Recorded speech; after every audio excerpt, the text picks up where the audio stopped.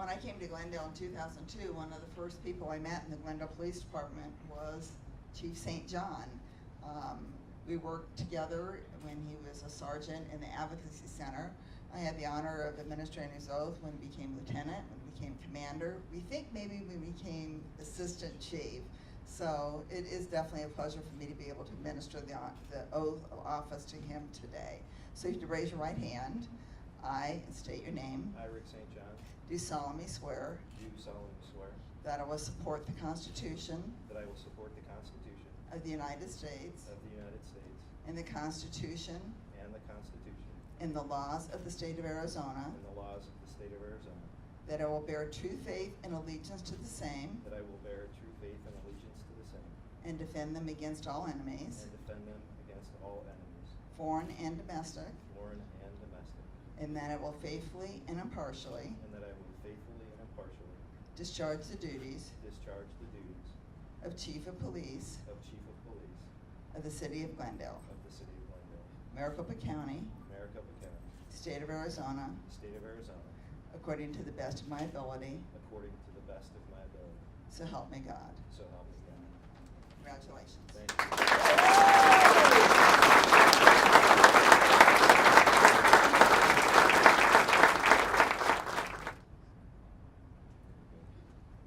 Jim?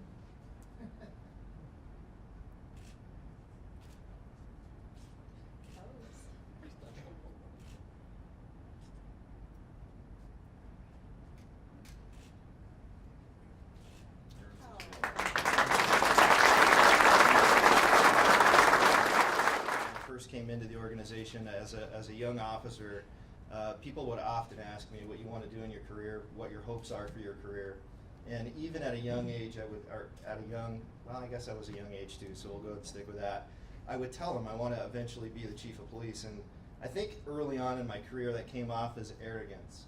And so I apologize for that. I wasn't trying to be arrogant, but it was a goal of mine from long before I was even hired by the Glendale Police Department. You see, my dad was a member of the Arizona Department of Public Safety.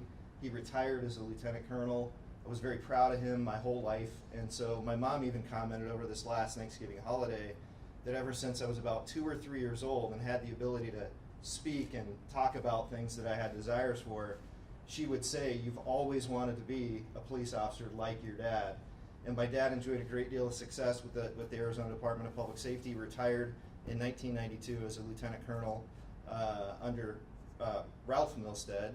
So Frank Milstead, the current colonel, is the son of Ralph Milstead. And so being here today is just an honor. I'm very humbled by the presence of everybody in the room today. I want to thank everybody for being here. I've had tremendous support my entire career. The climb and the career that I've had that has brought me here today wasn't something that I accomplished on my own. It was a group effort. And all of you in the room today were a part of that effort.